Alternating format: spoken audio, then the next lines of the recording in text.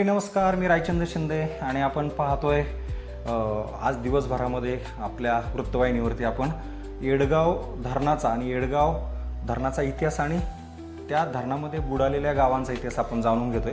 जुनं गाव कसं होतं, त्यानंतर नवीन या गावाचं पुनर्वसन कसं झालं, मॉडेल गाव म्हणून आज महाराष्ट्रामध्ये जी काही ठराविक गावं आहेत पुनर्वसन झाली त्यातलं हिवरे हे एक गाव आहे आणि याच गावचा इतिहास आपण जाणून घेतला थेट धरण क्षेत्रामध्ये जाऊन. पण काही जुन्या लोकांशी सुद्धा या निमित्तानं आपण गप्पा मारतोय, कारण ही जी पिढी आहे ही पिढी पुढच्या काळात नसणार आहे. ही सगळी आठवण त्या निमित्तानं आपण जपून ठेवणार आहे आपल्या या मालिकेमध्ये. आपल्यासोबत आहे तालुक्यातलं सगळ्यात ज्येष्ठ व्यक्तिमत्व आणि हिवरे गावातलं एक नाव. आपल्याला माहिती आहे माजी आमदार वल्लभ शेठ बेनके त्यांचे बंधू आहेत तानाशेठ बेनके. शेतकरी संघटनेच्या माध्यमातून तुमचं खूप नाव आहे, तुम्ही अध्यक्ष आहात. पण हे सगळं जरी बाजूला असलं तरी गावकरी म्हणून ज्या गावात तुमचं लहानपण मोठं झालं, ज्या गावाला तुमच्या गावाला येडगाव धरणामध्ये जलसमाधी मिळाली आणि असं असताना पण नवीन गाव तयार झालं. पण मला मागं जायचं आहे एक 50 वर्ष मागं. तो जो काळ होता 72 ते 76चा काळ, ज्यावेळेस धरण झालं, गाव विस्थापित झालं. आम्ही गावातल्या काही जुन्या इमारती पाहिल्या ज्या आता अगदी शेवटच्या स्टेपला आहे. त्यातलं एक मंदिर लालखन बाबांचं मात्र तेवढं चांगलं जपून आहे. दरवर्षी ते पाण्यात जातं. तिथली शाळा पाहिली, त्या शाळेत तुम्ही शिकलात. काय आठवणी, म्हणजे तुमचं वय साधारण काय होतं ज्यावेळेस गाव पुनर्वसन झालं आणि धरणात गेलं त्यावेळेस वय काय होतं आणि त्या काय शाळेच्या आठवणीत, म्हणजे जुन्या आठवणी त्या निमित्ताने जाणून घ्यायच्यात. म्हणजे संपूर्ण गावचा इतिहास सांगायचा आहे की या मर्यादित लिमिटमध्ये आपण. हा, मर्यादित तिथला म्हणजे तुमचं लहानपण. आमचं जुनं गाव जे होतं ना तिथे एक सुंदरसं असं दत्त मंदिर आम्ही उभं केलेलं होतं. बाकीची अनेक मंदिरं होती, पिराची काही ठिकाणं होती तिथं. आणि प्रामुख्याने हे हिवरेला जे नाव आपले लाल खान, हे लाल खान तिथं जो सैनिक होता तो तिथं मारला गेला. तर मंदिर त्यावेळेला मुसलमानच्या राज्यात उभं केलं गेलं होतं. असा तो खरा इतिहास. गाव जुनं खूप सुंदर होतं. गल्ली बोळात घरं आपली साधीच होती, परंतु संघटना किंवा गावाविषयी जे काही प्रेम किंवा आस्था जी होती ना, म्हणजे आता जे दिसते ते याच्यामध्ये ते काही ते राहिलेलं नाही तशा अर्थाने. आणि सगळ्यात आमचं वाडा खूप मोठा होता. आमच्या घरामध्ये जवळजवळ 65 माणसं होती. आमचं घर म्हणजे जवळजवळ 13 दालनं अशी होती, एका दरवाजे त्याला. आणि त्यावेळेला आम्हाला काही खात्याचं घर म्हणून समजायचं. आम्ही एका आर्टिकलमध्ये वाचलं पण का तुमच्या पायऱ्या ज्या होत्या ना घराच्या अगदी नदीपर्यंत. हो. तर त्याचा आठवणी किती सांगायचा हा प्रकार आहे. कारण खऱ्या अर्थाने मी आता जवळजवळ 86 वर्षामध्ये चाललेलो आहे. तुम्हाला किती इतिहास सांगावा हा मला सुद्धा आता प्रश्न पडलेला आहे. तर महत्वाचं मी असं सांगतो की ज्या वेळेला गाव चांगल्या सुंदर परिस्थितीत चालू होतं त्यावेळेला 6 वर्षानंतर मी ज्या वेळेला मराठी शाळेत गेलो, तर स्वातंत्र्यपूर्व काळात सगळ्यात जुनी शाळा आमची हिवरे बुद्रुक. 4थीपर्यंत माझं तिथं शिक्षण झालं. खूप मस्ती, यावेळेला खूप तशीच गरिबी, एवढी मोठं कुटुंब. आमचे वडील मुंबईला असायचे, सगळ्यांचं पालन पोषण व्हायचं तिथं. हे सगळं घडत असताना 4थीला मी मुंबईला गेलो नंतर. परंतु तोपर्यंत ज्यावेळेला ती शाळा किंवा ती अस्मिता ज्यावेळेला ती शाळेच्या गावाची होती किंवा एक जिव्हाळा प्रेम, हे वाडे ते वाडे किंवा सर्वसामान्य मागासलेल्या वर्गीयांच्याविषयी प्रेम असायचं. बरोबर. पण आजच्या काळात ते तसं काही राहिलेलं नाही. जातीवादी शब्द वापरून एकमेकांना दूषण देणं हा प्रकार त्यावेळेला नव्हता. म्हणजे अगदी आनंदीमय, म्हणजे लोकांना त्यावेळेला हव्यास नव्हता. फक्त चांगली जमीन पिकवणं, चांगलं अन्न खाणं आणि हव्यास किंवा प्रपंच वाढत किंवा जमिनी घेणे किंवा इस्टेटवर हा प्रकार नव्हता. खाऊन पिऊन लोक आधी सुखी असायचे.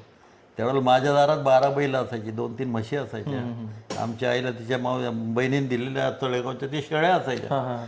हे असं जर ते चित्र ज्यावेळेला आपल्या डोळ्यासमोर ज्यावेळेला येतं ना त्यावेळेला चला हे आनंदाने आधी ऊर भरून येतो मी. हे आता काय चाललंय काय, आता गुरं धुवायला किंवा सांभाळायला त्यावेळेला मला रग होती, मी ते काम करायचं. त्यावेळेला ते नांगर बिंगर हाकायचं, सगळे कामं मीच करायचं. पण त्याच्यानंतर ही अवस्था इतकी बदली झाली की शेतीवरची पोरं या शेतीमध्ये अल्प उत्पादन निर्माण झालेले या सगळ्या राजकारण्यांमुळं त्यांना कोणी काही मदत करत नाहीत. अपेक्षेप्रमाणे त्यांना भाव मिळत नाही. आता माझी पोरं सुद्धा दोन्ही जरी असली तर मी या शेतीवर आणि मातीवर ठेवलेलीच नाही की नको आहे शेती. वयाशी 85-86 झाले तरी ह्या शेतीवर अपेक्षेप्रमाणे ते काही घडावं असं वाटत होतं, ते काही घडलं नाही अपेक्षेप्रमाणे. आता अपेक्षा कोणाची किती मोठी ठेवायची हा नंतरचा भाग आहे. बरोबर.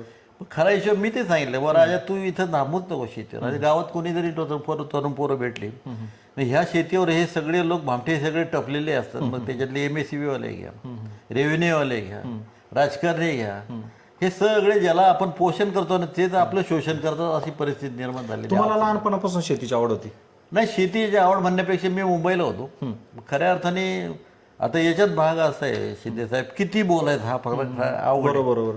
आता त्यावेळेला मी मुंबईला ज्यावेळेला 4थीत गेलो, 4थीतून त्याच्यानंतर मग तुमचं 1ली ते 4थी शिक्षण कुठं? हिवऱ्यात झालं. त्या शाळेच्या अजून? हा, आणि नंतर मुंबईचं शिक्षण मराठी शाळेचं शिक्षण याला झालं मांडवी कोळेवाड्यामध्ये. तो वर्ष कोणतं होतं? जनाबाई रोकडे. 1ली ते 4थीचं शिक्षण? 1ली ते 4थीचं शिक्षण म्हणजे साधारणपणे 6 ते 12 असं असेल ते. म्हणजे कळते न कळत अशातला तो होता. जुन्या गोष्टी सगळ्या आठवतात त्याला. आणि वल्लभ शेठ तुमच्या मागे किती वर्ष होते? वल्लभ जवळजवळ 10 वर्षांनी माझ्या मागे. त्यांचं शिक्षण तिथं झालं? त्यांचं शिक्षण नाही, त्याचं शिक्षण उमरलं झालं इथं. काही प्रायमरी झालं असेल ना तिथं 1ली ते 4थी वगैरे? नाही, इकडे त्याचा संबंधच नाही आला. नाहीच ना? तर त्याचं उमरच शिक्षण हायस्कूल पर्यंत ते जाऊन येऊन राहायचे रोज. आणि हे सगळं घडत असताना ज्या वेळेला मी आता काल परवा, तुम्ही जसे काल परवा गेले होते त्यावेळी मी काल मला मुद्दाम गेलो होतो बघायला की साला आपलं गाव कसं आहे. बरेच वर्ष झाले जुनी माणसं तिकडची भेटत नव्हते म्हणून गेलो होतो गाडी घेऊन. तुमच्यासारखा एक मित्र होता माझ्याबरोबर. मग ते लाल खान बाबा गेलो.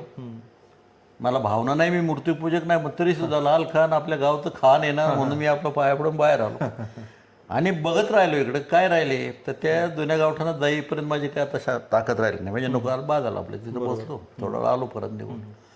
पण ते हे सगळं करत असताना आहे ना की ज्या वेळेला हे डॅमचं काम चालू होणार होतं त्यावेळेला ते डिक्लेरेशन झालं आणि डॅमचं उद्घाटन ज्या वेळेला होणार होतं 71-72ला माझ्या माहितीप्रमाणे.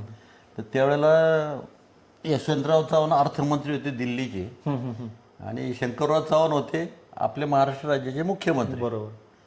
आणि मुंबईचा शहाणपणा, मी तिकडं मुंबईला होतो त्यामुळे हे कसे मुर्दाबाद जिंदाबाद हे सभा घ्यायचे किंवा संप करायचे अशा पद्धतीने थोडं थोडं शिक्षण मला मिळालं होतं. त्याच्यात मी मुंबईत जेवढा राहतो परत मी तसं आलो काहीतरी 63-64ला मी आलो मुंबईवरून. पण तिथला तो डोक्यात विषय होता तोही गावी घेऊन आला. त्याच्यानंतर आमच्या इकडे जे बाबूराव धोंडेराव बोहर म्हणून एक माणूस होता, ही सरस्वतीबाईच्या नामची ती मुंबईलाच होती तेवढ्या आमच्या बिल्डिंगमध्ये. त्यामुळे ते निरळनाथ होतं देशमुखांचं. आणि हे ज्या वेळेला होतं त्यावेळेला हे गावचे वाडे आपल्याला कोण काही विचारणार नाही. म्हणजे इंग्रजांच्या राज्यामध्ये या विस्थापितांना काही मिळत नव्हतं, म्हणजे काही देते नव्हतं. याचं कारण हेळवागला त्या कोयना डॅम ज्या वेळेला झालं कराडला त्यावेळेला ते माझ्याकडे काही माणसं त्यावेळेला तिथं हाताखाली कामाला होते. त्यांना 2-3 पत्रे दिले, एक म्हैस दिली. डोंगराच्या कडेला कुठंतरी थोडीशा जागेत त्यांनी आपलं घरबीर बांधलं आणि ते राहत. पण ते आयुष्यभर कामच करीत होते मुंबईला, गावी कधी परत काही गेलेच नाही. आणि ही विस्थापितांची परिस्थिती ज्या वेळेला आपण पाहिली त्यावेळेला म्हणलं आपण काहीतरी केल्याशिवाय याच्यातून निर्मिती काय होणार नाही. मग त्यानंतर मी सगळी गावची माणसं उमरतची झाली, येडगावची झाली किंवा आणि जसं वासरत गाई लंगडी शहाणी ना तसं मला मुंबईचा ब्रेन जरा निरळच होता. म्हणजे कसं होतं ते मलाही कळत नाही अजूनही. पण सगळे बिचारे आलं माझ्या शब्दाला, माझ्यावर सगळी लोक प्रेम करणारे होते, अजूनही करतात. सगळ्यांना बोलून घेतलं, म्हटलं आपण इथं काहीतरी केल्याशिवाय आपल्याला कोण न्याय मिळणार नाही. मग ते आमचं तिथं ठरलं बुवा ज्या वेळेला समजा पूजा तिथं होईल किंवा ते याचा स्थापनेचं नारळ ज्यावेळेला होतील त्यावेळेला मग ते बाबूरावकडे मी गेलो, ह्या सरस्वतीबाईकडे गेलो. माधव नाना हंडे आमचे उमरतचे काय होते, येडगावचे नेहरकर होते, पांडू नेहरकर, आम्ही सगळे. आणि ज्यावेळेला ते डिक्लेरेशन झालं त्यावेळेला आम्ही सगळे गेलो. मग आम्ही घोषणा केली तुमचे धरण आमचे मरण, जमिनीला जमीन मिळालीच पाहिजे, हा तो घोषवाक्य आमचा असायचा. आणि हे असल्यानंतर ते गाडी तिकडून आले होते त्याचे उत्खननाच्या संदर्भामध्ये. गाडीला तर आम्ही सगळे लाईनशीर उभेच होतो ना झेंडे बेंडे घेऊन. बरोबर. तर त्यावेळेला बाबा आडवणे माझा हात धरले होता, मला आठवतं कसं बघा ते. आणि ज्यावेळेला त्या गाड्या सगळ्या पडत आल्या त्यावेळेला बाबा आडवणे माझा हात धरून आम्ही तिथे झोपलो. आम्ही दोघं जण झोपल्यावर सगळी लाईनच लागली झोपायची माणसांची. तर ते पोलीस म्हणायला लागले बाबा तिथे झोपले ते काठी बिठी लागल त्यांच्या डोळ्यात, ते जरा जपून काम करू उठव. त्याने आम्हाला उठवलं, गाड्या सगळ्या तिथं जागेवर गेल्या. जागा गेलं मग ते ढोल ताशे विषय सगळं त्यांचं आपलं होतं ते आम्ही जाईपर्यंत फोडलं डागडांनी तिथं. माळावर खूप दगड होते. आणि पूजा ज्या वेळेला चालू झाली त्यावेळेला सरस पाहिजे नाही तुझी जबाबदारी आहे, कारण आम्हाला घुसून देणार नाही. बरोबर. ती बिचारी तिथं पुढे गेली. उमरेच्या काही 2-3 संबंधातली पोरी होत्या त्यावेळेला, बाया नव्हत्या. आणि ते पण ते असे जरा चलाक असायच्या. बरोबर. आणि तिन्ही जवळ असताना ज्यावेळेला ते यशवंतराव चव्हाणांनी आणि आमदारांनी ज्यावेळेला शेजारी बसून ताट ओळायला घेतलं, त्यावेळेला तिने ते ताट थाळी मारून दिलं, उंच उडवून दिलं. तेव्हाचे आमदार कोण होते आपले? कोणतं? आमदार शिवाजी काळे होते. हां हां हां. शिवाजी काळे. त्यांनी खासदार आपले मामासाहेब मोळ, याच्या वडील, अशोक मोळांचे वडील. अशोक मोळांचे वडील. तर हे सगळं घडल्यानंतर काय झालं, ते ताटी बिटी उतरली आणि मग पोलीस वगैरे स्टेशन बरीचशी हे होते. बरोबर. त्याच्यानंतर गोट्यात फेकाफेकी जी इतकी झाली की ते माळार दगडीला तोटा नव्हता, लोक सगळी बिघडली. मुख्यमंत्र्यांना कार्यक्रम उरकून निघावं लागलं. तेव्हा ते लवकर त्यांना निघून लागलं. पण नंतर एक सभा झाली तिथे त्यावेळेला यशवंतराव म्हणले, अरे ज्याचं पोट दुखल ना तोच व्हावा मागतो, त्यांची ते काय दोष नाही, आपल्याला यांच्यासाठी काहीतरी करायला लागतं. बरोबर. आणि आणि त्याच्यानंतर त्याने डिक्लेअर केलं. छोटीशी सभा झाली, बरेचसे लोक गेले होते, पण ते म्हणले या विस्थापनासाठी आपल्याला काहीतरी करायला पाहिजे. बरोबर. आणि त्यानंतर यशवंतरावनी आणि मुख्यमंत्र्यांनी आपल्या शंकररावनी तो कायदा मंजूर करून घेतला विस्थापनाचा, डॅमच्या विस्थापनाचा. बरोबर. आणि हे मला वाटतं राज्यातलं पहिलं धरण आहे का एक चांगलं विस्थापन झालं तुम्हाला लोकांचं? नाही, चांगलं म्हणण्यापेक्षा तो एवढा तर कायदाच नव्हता ना. हा हा. इंग्रजांच्या राज्यात त्यांना जे लागेल तुम्हाला लाच घालून हुसकून द्यायची, तुम्हाला काही विचारायचं नाही, तुमचे काय हाल होते काय नाही. पण ते आपल्याला स्वातंत्र्य असल्यामुळे तेवढा अधिकार प्राप्त झाला होता, त्यामुळे आम्ही ती गोष्ट लावून दिली.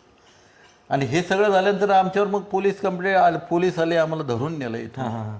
एक तर 105 जण आम्ही होतो. म्हणजे आम्हाला तिकडे ते जेलमध्ये ठेवलं, मांजरीच्या तिथे एक जेल आहे. किती दिवस होते तुम्ही? नाही, एकच दिवस. एक दिवस. पण ते संभाजी जेवढं होते आपले, जेलमध्ये जाण्याची पहिली तुमची वेळ असेल मग? पहिली जेल कसली आली, सगळी माणसं बरोबर मोकळीच बसली, पण जेल म्हणजे सरकार विरोधी तुम्ही धोरण हे केलं त्यामुळे. त्या संभाजीराव काकडे आपले हे होते, आमदार खासदार होते. तर संभाजीरावला हे कळाल्यानंतर त्यांना मला एक आश्चर्य वाटतं, माणसं कशी असतात. 105 लोकांचं 100 रुपयाप्रमाणे त्यांनी त्या बिचाऱ्यांनी डिपॉझिट दिलं आणि आम्हाला दुसऱ्या दिवशी परत सोडून दिलं. बरोबर. हे अशी माणसं क्वचित असतात, त्यांच्या विरोधातली माणसं आम्ही सगळ्या कामाच्या दृष्टीने. आणि हे सगळं घडत असताना त्याच्यानंतर वसंतदादाची बायको शालिनीताई पाटील, ती मला वाटतं याची मंत्री होती आपल्या पाटबंधारे मंत्री धरण रत्नाची. तिने मिटिंग घेतली. मग काय बाबांनो, आम्ही तुमचे हाल होऊन देणार, तुम्हाला काय लागेल ते देऊ ना, पण तुम्ही जे केलं काल ते बरोबर केलं नाही. मग आम्ही उठलो, आमचा इगो जागा झाला ना. अहो, आमचं मरण झालं, आम्ही मरणार आहे उद्या, आमचे आईबाप पुढे जाणार. ज्यांनी घराच्या खिडक्या बांधल्या, ज्यांनी दरवाजे लावले, कोणी रंग दिलाय त्याला, आणि तो जर तुम्ही जर मोडून अशा डॅममध्ये घालो तर आमचं कसं काय व्हायचं. पण त्यांनी सगळ्यांनी आमची समजूत काढली. तर सरकारी मोजणी ते आली त्यानंतर. आणि पुनर्वसनच्या दृष्टिकोनातून नारायण शेठ होते, जिजाऊ शेठ भोर होते, आम्ही त्या 4-5 जण अशी त्यातलेच जाणकार होते. त्यात पहिलं सोसायटीला चेअरमन मिळत नव्हते की सरपंच कोणी व्हायचा, भांडणं व्हायची. बरोबर. मोकळा आहे तेवढ्या याच्यावर मात करून ज्यावेळेस पहिल्यांदा पाणी पकडलं, तुमची जुनी घरं ज्यावेळेस ती धरणात पहिल्या वर्षी बुडत गेली, तर त्या का त्या भावना काय होत्या? जास्त मला विस्थापन झालं. सांगतो ना, ऐकण्यासारखं आहे. म्हणजे की ज्या वेळेला मामासाहेब मोहोळ आपले खासदार, उमरेचं भली मोठी मिटिंग झाली, त्यावेळी शिवरायराव काळे आमदार म्हणून तिथं आले होते. आणि आता मी लहान होतो, पण तर आपण गावच्या जुन्या काय आठवणी, पहिल्यांदा पाणी पकडलं, त्यानंतर तुम्ही गावातून ज्यावेळेस नव्या गावात आले, तर गाव सोडताना साधारण काय आठवणी होत्या तुम्हाला त्या काळातल्या? गाव सोडताना ॲक्विशन झालं आम्हाला, जवळजवळ 62 एकर जागा गव्हर्नमेंटने दिलं इथं माळराव. आणि मग ते गाव सोडताना लेबर मिळत नव्हते घरं पाडायला. कुठं तरी धरून हे ओझरची सगळी पार्टाची पोरं बिरं धरून जे ती त्यांनी गँग तयार केली. आणि मग त्याच्यात भांडणं तयार झाली ना, या भावाचं काय, त्या भावाचं काय, कोणी चौकट न्यायची, कोणी उमरे न्यायची.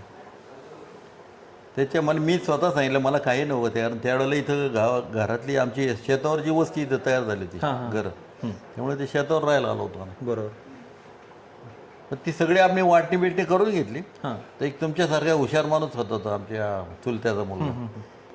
तो मला म्हणतो मला भिंती पाहिजे. त्याला वाटतं भिंत खूप मोठी झाड आहे, काय ते माल मिळेल त्याच्यात. ते गाड्याला त्याला सागाचं लाकडाचं काय सोपा होतो त्याला दिला. भिंती तोडल्यानंतर ते साईडने दोन्ही बाजूने ते भेंडाच्या पांढरीच्या हे दगड हे विटा आणि मध्ये सगळी वाळू भरली होती. पण शिंदेसाहेब आमचं घर असं असे ना, उन्हाळ्यात उन्हाळा जाणवायचं नाही, थंडीत थंडी जाणवायची नाही. ते जुन्या काळची घर ते जुन्या काळची म्हणजे इतकी सुंदर घर. आता तुमचं हे जे चालय ना, AC बसवा, अमकं बसवा, फॅन बसवा, तेवढं त्याची काय गरज वाटत नाही. ते चालय ना, AC बसवा, अमकं बसवा, फॅन बसवा, तेवढं त्याची काय गरज वाटत काय नाही. गरज नव्हती.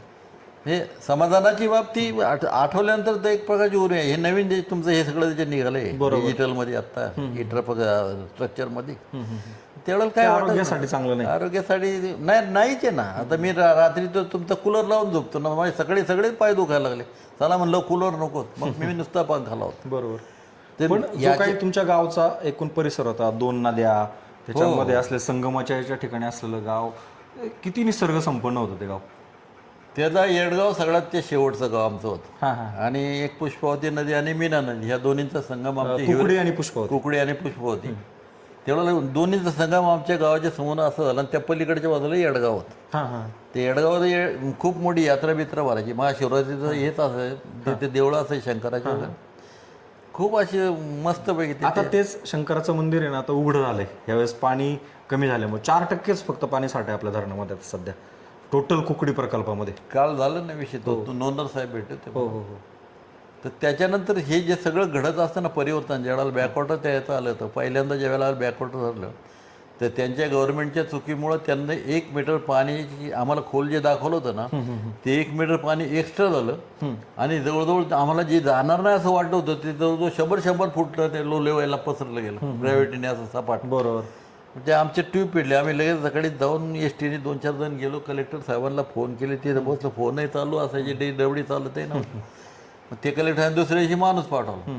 त्यावेळेला खेडच्या तहसीलदार होता, मग त्याला ते प्रांत होतं, त्याने इकडे पाठवलं. तहसीलदार गेले, सगळ्यांचे पंचनामे केले. ते मात्र ॲडिशनल पैसे लोकांना आमच्या मिळाले. तुमची शेती काय मग त्याच्यामध्ये बागायती पट्टा गेली ना, सगळीच बागायती होत्या. नदीच्या कडे दोन्ही बाजूला बागायती होत्या, विहिरी होत्या, आणि बऱ्यापैकी गाव होतं. आणि दोन्ही नद्यांचं पाणी येत असल्यामुळं ते धरण पटकन भरत असेल. नाही, धरण दोन्ही नद्यांच्या पाण्याने नुसतं धरण भरतं नाही. वर जे पिंपळा माणिकडो आहे समजा, पिंपळा जोगा आहे समजा, हे नेतूरचा डॅम इथं होता, त्यामुळे हे पाणी ते नैसर्गिकरित्या खाली येतं. त्यामुळे कोकणीमध्ये एवढं पाणी येते ते सगळे या डॅमचे येते ना. बरोबर. सगळ्या 4-5 धरणात. त्या काळातलं मग हे धरण आधीचं का वरची धरण आधी? नाही, हे धरण सगळ्यात आधीच, सगळ्यात आधी. नंतर मग त्या वडचं झालं, चिलवडी पाचगडचं झालं. आणि ही सगळे आमदार वल्लभ बेनके, शरद पवारांची एक किमा आहे. बरोबर. आणि नाही म्हटलं तरी वास्तव तंगडी गायचे मध्ये मी पवार साहेबांबरोबर असायचा.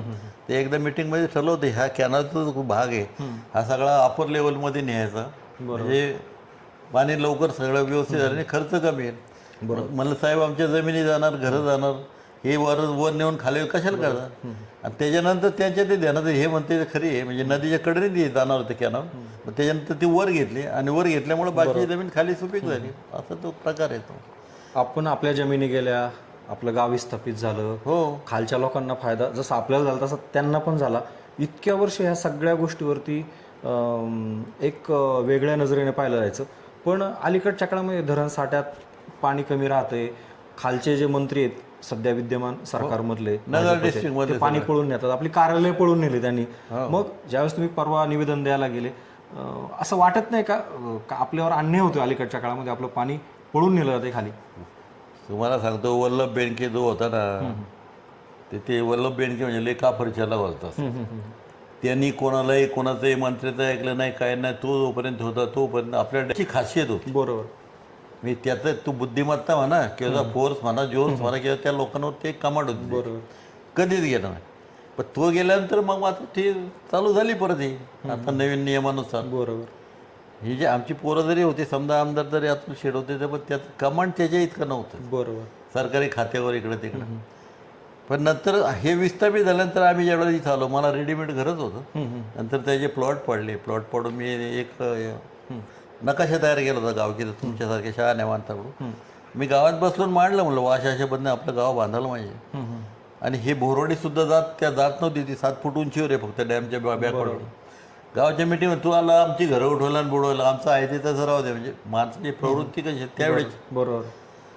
हिवरत गेलो, बसलो, वा असं गाव बांधायचं तसं गाव. नारायण सरपंच होता, मी उपाध्यक्ष होतो, चेअरमनचा अध्यक्ष होतो सोसायटीचा. आम्ही ठराव मांडला, ते यांचं काय एक तर याला शिकून मुंबईहून इकडून तिकडून आपलं आपल्या पद्धतीने करून घेत. त्यामुळे ही गरज आहे. म्हणजे चंदीगडला जाऊन होतं त्यावेळेस तिथली घरी परिस्थिती पाहिली, एका लाईनीत सगळी, एका दोरीत सगळी घरं सर्वसाधारणपणे. आणि त्याप्रमाणे म्हणलं आपलं गाव, पण ते काय पत्त्यावर पडलं नाही. तरी देखील ॲक्युएशनचे प्लॉट मापत असल्यामुळे त्यामुळे गाव जरा त्यातल्या त्यात बरं झाले, असा तो प्रकार आहे. बरोबर. आणि या धरणाचे खूप कामं केली आम्ही. बॅकवर्ड हे पैसे मिळाले नाही मिळाले सरकारचे, कोणाचे राहिले कोणाचे. मला तर अजूनही पैसे मिळाले नाही बॅकवर्डचे, ते दिलेले आहे आमचे. याचं माझ्या साधारण इतर हक्कामध्ये नोंदणी ज्यावेळेला सावकारकीची होती त्यावेळेला ते मला त्याच्यात काय उपयोग झाला नाही त्याचा. आणि ज्या माणसाला मी ते जे काम दिलं होतं म्हणजे याच्या पुनर्वसनच्या बाबतीत, ते सगळं ते मेलंय पण ट्रेनमधून पण वडगाव मावळला, तो नादही सोडून दिला. तुमच्या इतक्या वर्षाच्या या सगळ्या जीवन प्रवासामध्ये सगळ्यात मोठा दुष्काळ तुम्ही कधी पाहिला? आणि ह्या वर्षी एल निनोचं संकट आहे आता जगावरती, पाऊस कमी पडणार असं हवामान खातं सांगतंय. आणि अशामध्ये जुनं गाव पुन्हा उघडं झालंय, तुम्ही सांगताय जाऊन पण आलात. बरोबर. जर पाऊस झालाच नाही किंवा पुढे संकट निर्माण झालं तर अशा परिस्थितीत आता काय करणं गरजेचं आहे? म्हणजे विद्यमान जे काही लोकप्रतिनिधी आहेत किंवा प्रशासन आहे यांनी हे पाणी कसं राखून ठेवलं पाहिजे? का उद्याचं आपल्याला पिण्यासाठी तरी पाणी शिल्लक राहिलं पाहिजे.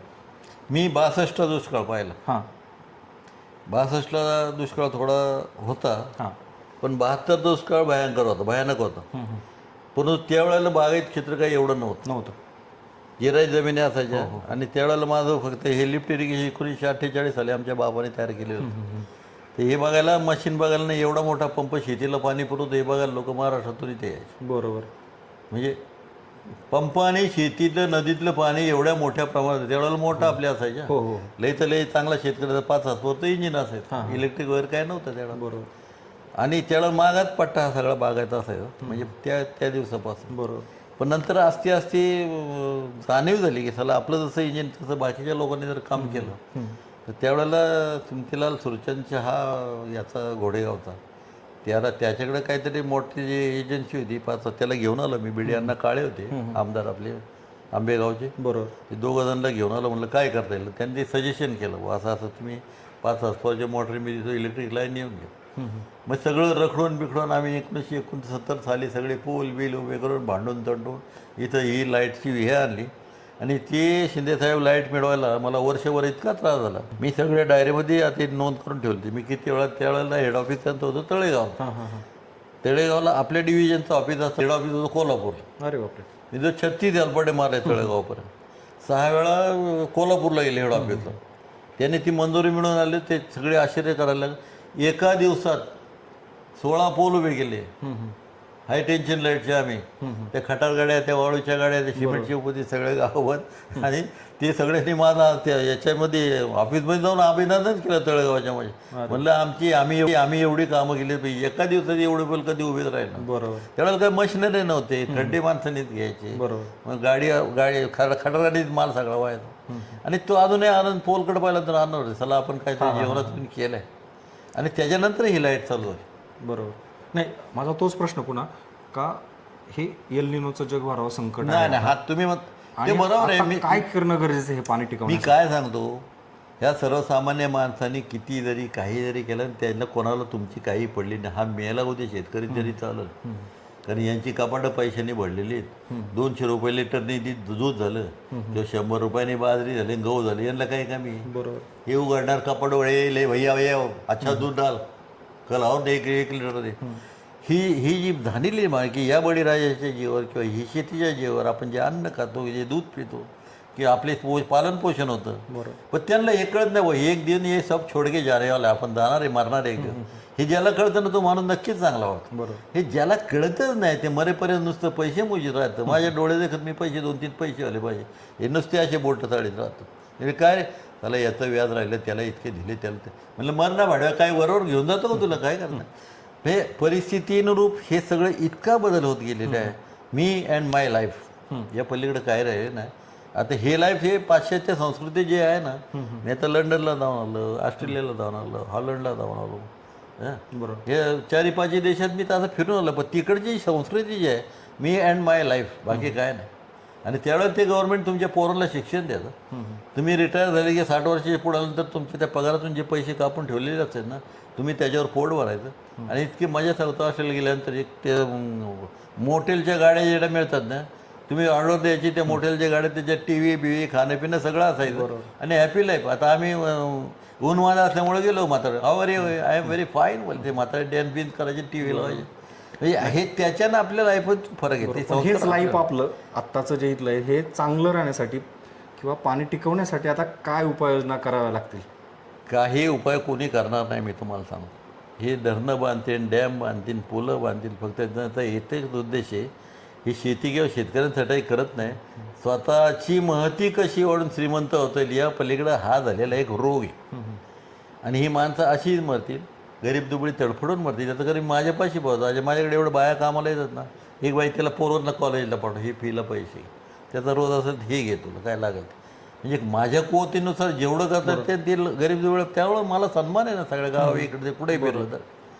बाबा आले आमचे अजून माझ्या वयापेक्षा जास्त म्हाताऱ्या वयात ताईचा पोरगा मला अजून मोका घेतात. लाज वाटते झाले याचं काय करावं, चाललंय ना. हे जिव्हाळ्याने प्रेम असते. बरोबर.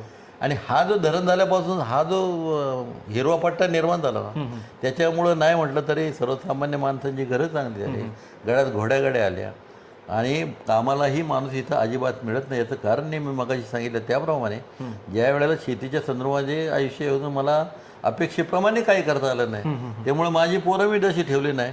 तर या सगळ्यांना सांगितलेले आहे कोणी जरी रस्त्याने भेटलं काय करते कशाला मरतो मातीत म्हणले, कोणी काही देणार नाही. आणि मागच्या काही वर्षातला ट्रेंड पण आलाय शेतकऱ्याच्या मुलाला मुली मिळत नाहीत. नाही तो भाग आपल्या इकडं अजून नाही आहे. मी तुम्हाला सांगतो आपल्याकडून लोक सुशिक्षित आहेत. बरोबर. मुंबई पुण्याचे आपले संस्कार जागृत झालेले, त्यामुळे आपल्या भाषा आपल्या संदर्भात लिव्ह स्टँडर्ड चांगले. उपाशी मरतील घराला रंग द्यायलाच पाहिजे. या सारवलेली भीती संपले फारशा बिरशा बाबतीत ठिकाणच्या ज्यावेळेला स्टेटमध्ये लोक येतात ना, तुम लोक बहुत अच्छे रहते. आमच्या कर्ज शेतकरी आपल्याकडे म्हणजे आमच्याकडे कर्ज आहे का आणखी काय आम्ही चांगलं राहायचं एवढं आपलं म्हणतात. खूप घरं तुम्ही पाहिली असेल बघा, वाडेघर मस्त घरचं होतात, बांधतात, रोजंदारीत जातात ती माणसं घरं बांधतात, कर्ज काढतात, बँक दिली बुडवलं तेवढं बघता येईल म्हणजे बिनधास्तपणे. आणि सगळ्यात मिनिंग याच्यातलं सांगायचं तात्पर्य असं हे डॅम बीम जरी झाले किंवा सर्वसामान्य शेतकऱ्यांसाठी नक्की केलेलं असतं का नाही, परंतु त्याच्यावर असणारी जी माणसं कर्मचारी म्हणा मंत्री म्हणा हे फक्त स्वतःच्या स्वार्थासाठी तुम्हाला त्रास द्यायचा फक्त माझ्या शटाला बोलत नाही ते अजून. त्यांना माहिती हे परखड आहे कोणते मुडकं धरेल ते. आमच्या सगळ्या गरीबजोडी ज्या वेळेला जातील ना तेवढं त्यांना असं जोड्याजवळ उभं करते नाही. परिस्थिती नाही म्हटलं तरी आपले आमदार खासदार असल्यामुळे आता परिस्थिती खूप मोठी बदल झालेली आहे की संघटना तयार झाली. ही शेतकरी संघटना ती शेतकरी संघटना म्हणजे एक प्रकारचं त्यांना थोडासा उत्साह वाटतो असं माणसाला. पण हे शेतीमध्ये पाणी आपलं जे खाली पळवलं जात आहे मग त्याच्यावरती प्रेशर शेतकरी संघटना असेल किंवा विद्यमान ही मंडळी का करत नाही? दादा किसन विखे पाटील माझा मित्र, तुला माहिती म्हणून सांगतो, त्याच्या घरी 10 वेळा गेलो असेल आंबारच खायला जेवायला. याचं कारण त्याचा जो साडू आहे तो राण्यांची पुरी एक याला दिली आणि एक काबा पाटील म्हणून ते आमच्याकडे राहुरीच्या त्याला दिली. त्या संदर्भात मी त्याच्याकडे जेवायला जात आणि त्याच्यानंतर गजानन जगतापच्या पुरी त्या डवले पाटला दिल्या, काही इकडे संगमनेरला दिल्या. तेवढं त्याचे ते इथं 7 वेळा आला असेल तर आता सगळं स्पष्ट सांगणे चुकीच आहे ना. तो का आला तर त्याचे तो पार्टच निराळा होता. परंतु खरं तर आपण खूप सविस्तर गप्पा मारल्या. जुनं गाव नवीन गाव तुम्ही इतक्या सगळं जवळून पाहिलं, विस्थापन झालंय, राजकारण्याशी संबंध आला, शेतकरी संघटनेतून पण तुमचं नेतृत्व होतं. पण आपला ही मुलाखत संपवताना मला एकच पुन्हा एकदा तोच प्रश्न आहे का ह्या वर्षीचं हे संकट आहे जगभरासाठी एल निनोचं, हवामानातले अनेक बदल आहेत, पाऊस वेळेवर पडणार नाही, तो फटका आपल्याकडं पण बसेल असं हवामान तज्ज्ञांचं मत आहे. आज जवळपास 20 तारीख जवळ आलेली आहे जून महिन्याची, अजूनही पाऊस नाही. जर नाही पाऊस पडला तर जे काय 4-5% पाणी राहिलं आहे हे आपल्याला पुरेल का सगळ्या जनतेला ह्या परिसरातल्या पिण्यासाठी? आणि शेतकरी संघटनेची किंवा एकूणच तुमची नेमकी मागणी काय? कारण तुम्ही निवेदन पण त्या दिवशी जे कार्यकारी आले होते त्यांना दिलं. आता तुमची त्यात काय मागणी होती आणि काय करणं गरजेचं आहे? तुम्हाला स्पष्ट खरं सांगू का, ही जी पृथ्वी आहे ना ही पंचमहाभूताच्या तत्वापासून झालेली आहे. आणि हे सगळं घडायला हा मनुष्य प्राणीच कारण होते. याच्या इतका वाईट प्राणी एकही नाही माझं स्पष्ट मत आहे. घरं झाली, बंगले बांधले, जंगलं झाले, सिमेंटचे कॉन्क्रीट रोड हे झालं, झाडं तोडले. आता माझ्या जवळजवळ इथून त्या रस्त्यापर्यंत 52 बावळी होत्या, स्वतः मी तोडल्या. त्या माणसाच्या हातात माईल नाही अशा. तेवढा चिमण्या यायच्या, कावड्या यायच्या, वसायचे त्याच्यावर. काय असतील आमची बाजरी बोजरी भुसारमाल ते आपले खाऊन तृप्त असायचे. आता स्वतःच्या स्वार्थासाठी एकही घर बावळ ठेवली नाही, एकही दार ठेवलं नाही. घर बांधलं ते स्लॅबचं सिमेंटचं बांधलं आरामशीर. दुपारी धरती तो झोप नाही, थंडीची थंडी होती, उन्हाची ऊन होत. म्हणजे ह्या सगळ्याला कारणीभूत मनुष्य प्राणी हा एकच आहे या जगाच्या दृष्टीने, माझ्या एकट्याच्या नाही. सुधारणा म्हणजे काय करतात, हे मोबाईल आले, टी व्ही आले, माणसाची गुंतवणूक त्याच्यात किती होईल, नक्की बौद्धिक प्रवृत्ती त्याची वाढती का, किंवा त्याला स्वास्थ्य सुख मिळतं का. हे बारीक बारीक पोरं जेवढ्याला मोबाईल घेतात ते रडायला लागलं तर तिची आई स्वयंपाक त्याच्या उरावर ठेवते, ते मोबाईल गाणं लावून आणि स्वयंपाक करीत असते. याच्या इतकं पाप आहे. ते कसंही जरी असलं ते वर्तमान काळानुसार आहे त्या परिस्थितीत हे डॅमचं पाणी जरी आपण सांभाळलं, आपण म्हणतो सांभाळ, पण निसर्गामुळे तुम्ही काय करू शकणार आहे. अजूनही दुष्काळ पडला तर इथूनही पळून गेलं तर कुठं, आणि या आपल्याच धरणा जुन्नर चालू आहे, इतकं पाणी कुठंच नाही. 5 डॅम असल्यामुळं पाणी बॅकवॉटर असू दे काही असू दे, आपल्या तालुक्यातले लोक शक्यतो या नदीच्याकडं जे आहे त्यांना काही होणार नाही. पण पिकाय तरी पण टोटल कुकडी प्रोजेक्ट जो आहे 5 धरणांचा, आताच्या कंडिशनला फक्त 4-4.5% पाणी शिल्लक आहे. तुम्ही काही करू शकत नाही ना त्याला. मग अजितदादाच्या भाषेत सांगू काय बोलायचं ते त्याला तो निसर्गाचं नियमन तुम्ही बिघडवत चाललेले आहे. आणि ज्यावेळेला आपण कलियुग ज्यावेळेला म्हणतो ना, त्याची प्रस्तावित भाग तयार झालेला आहे. आणि स्वार्थासाठी किंवा सजीवनच जीवन कसं चांगलं जगायचं, एक कुत्रं नाही राहिले, एक मांजर नाही राहिलं धडतं. तुम्ही निवेदन दिलं, त्यात मागणी काय केली? कसे आता कालच्या नाही कालच्या म्हणजे त्यांनीच आम्ही सगळं सांगितलं त्यांना की हे डॅमचं सगळं पाणी डेड वॉटरपर्यंत गेलेलं, आता काय करायचं. तर त्या नोंदर साहेबांनी काय सांगितलं, फक्त मला 8 किंवा 12 तास द्या. जे पाणी आता थोडंसं चालू आहे ना ते जवळजवळ गेलेले आहे, ते आता बंद जर केलं लगेच तर ते पुढे जायचं नाही आणि मागे जायचं नाही. म्हणजे ज्या कार्यासाठी आपण ते पाणी सोडलेलं त्यांचे कार्य अपूर्ण राहील. तर तुमची जबाबदारी मी घेतो. डॅममधलं पाणी तुमच्या अपेक्षेप्रमाणे कमी नाही आहे, तेवढं पुरेल तेवढं आपल्याकडे तेवढी साठवून ठेवायची जबाबदारी माझी. त्याच्यात आमच्यात काय काही होते नाही ते. आजच्या आज बंद झालं पाहिजे, आम्ही इथं उपोषण करून तिथं याच्यात धरणात बुडी मारून ते. अरे म्हणलं काय समन्वय साधा साहेब आपला जे म्हणलं त्यांना जसं वागवता येईल जगवता येईल तसं जगवा, नाही तर आपण आहेत ना सगळे त्यांच्या मागं पुढं, असं नाही समजायचं काय. त्यामुळे ते थोडंसं निवळलं ते. आणि नोंदर साहेब जुन्नरी माणूस आता सण मावळ आहे. नाही मावळ पहिलं आहेत ना, मावळ म्हणण्यापेक्षा संप्रदायाचे आपल्याला संदर्भ जास्त आहे ना. बरोबर. त्यामुळे तो लवकर पेटत नाही असा. बरोबर. मग पेटल्यावर तर ऐकत नाही. बरोबर. नक्कीच तुमच्याशी गप्पा मारताना जुन्या गावच्या नवीन आठवणी आणि एकूणच शेतकरी संघटनेतलं तुमचं काम, या सगळ्या गोष्टी ह्या धरणग्रस्तांच्या व्यथा मांडताना किंवा जुनं गाव पाण्यात गेल्यापासून तो आजपर्यंतचा सगळा प्रवास जाणून घेताना खूप छान वाटलं. तुमच्यासारखे काही जुनी माणसं आहेत त्यानिमित्ताने इतिहास. तुम्हाला मी एक सांगतो परत शेती संदर्भावर का, या शेती संदर्भात हे अभिनव द्राक्ष उत्पादक संघ आम्ही निर्माण केला. तेवढं द्राक्ष उत्पन्न आम्ही करायचं. कंटेनर आमचे हॉलंडला जायचे, हॉलंडहून ते UK कंट्रीमध्ये सगळे 62 जे देश आहेत तिथून डिस्पॅच व्हायचे. आणि ते करण्यासाठी 1 वर्ष चिलीला पाऊस न पडल्यामुळे ते द्राक्ष कमी झाली. आणि आपली द्राक्ष ज्यावेळेला गेली त्यावेळेला मी सुपर मार्केटमध्ये गेलो, बारो मार्केटमध्ये तिथे गेलो, ते फक्त पाहिलं तर त्याच्यावर सगळा तो भुरे आले सारखं. त्याने मला घड उचलून how it is very nice. अरे what you are talking man यार, म्हणजे हे सगळं त्याला ब्राउझिंग झालं आहे कळलं. म्हणलं फक्त शॉर्टेज आहे ना म्हणून तुमची इंडियाची ग्रेस आम्ही घेतलो, नाही तुमचं काम नाही पाठवायचं. बरोबर. आणि हे सगळं पाण्यामुळे झालंय, आपल्या परिसरात झालेलं धरणं. त्याच्या संदर्भात आम्ही मिटिंग होऊन आम्ही एक कमिटी तयार केली त्याची किंवा काय काय करायचं. तर त्याच्यानंतर एक दिवस उमरला अण्णासाहेब आले, शिवाजी काळे होते ते सगळं होते. आणि मी उभं राहिलो स्टेजवर.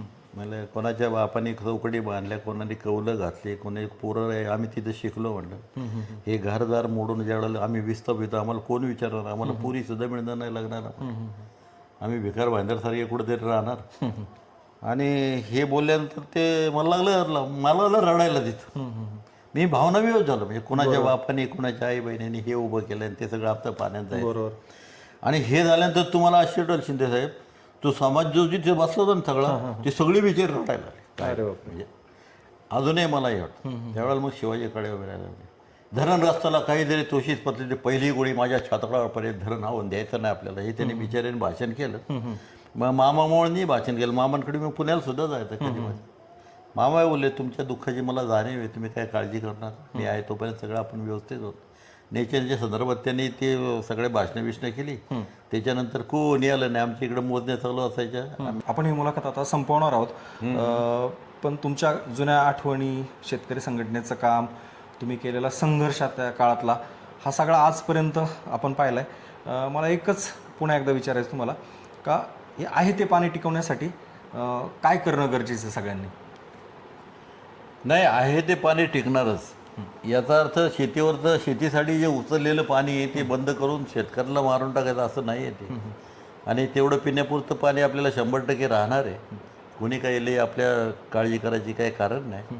कारण पश्चिम पट्ट्यात आणि पूर्व भागाची परिस्थिती आपली मधल्या भागातली नाही आहे. बरोबर. काय तसे आपण खऱ्या अर्थाने खूप श्रीमंत माणसं आहोत त्या पाण्याच्या बाबतीत. हो. तुम्ही कुठेही जा आणि ज्या वेळेला आपली श्रीमंती संपेल ना त्यावेळेला अख्खा महाराष्ट्र जवळजवळ अर्धा महाराष्ट्र नक्कीच जवळून जाईल. नक्कीच आपण खूप सगळं आहोत. ही आपण सदन आहोत, श्रीमंत आहोत, मानवही चांगले आहोत सगळ्या. आपल्याला कोणी काही परमेश्वर कृपेने काही कुठं कोणाला काही कमी पडत नाही. बरोबर. फक्त चांगल्या इमानी तवारे जगावं एवढीच अपेक्षा आहे सच्चिल प्रवृत्तीनं. जीवनातला आनंद घ्या बस. नक्कीच धन्यवाद. तुम्ही आमच्याशी गप्पा चलो, मारल्या. किती वेळ आणि बोलला त्याच निमित्ताने जुना इतिहास सगळा ताजा झालाय. तुम्ही सुद्धा गावात जाऊन आलात आणि तुम्ही सुद्धा तुमचं जुनं गाव पाहिलं. पुन्हा एकदा जुन्या आठवणी ताज्या झाल्या असतील. Yes, sir. तुमच्यासोबत आमच्या पण झाल्या. ही मुलाखत इथंच थांबवतोय. पण यानंतर आपण उमरजमधल्या सुद्धा काही ग्रामस्थांशी उमरजचं कसं पुनर्वसन झालं त्याबद्दल, येडगावच्या पुनर्वसनाबद्दल सुद्धा गप्पा मारणार आहोत. धन्यवाद.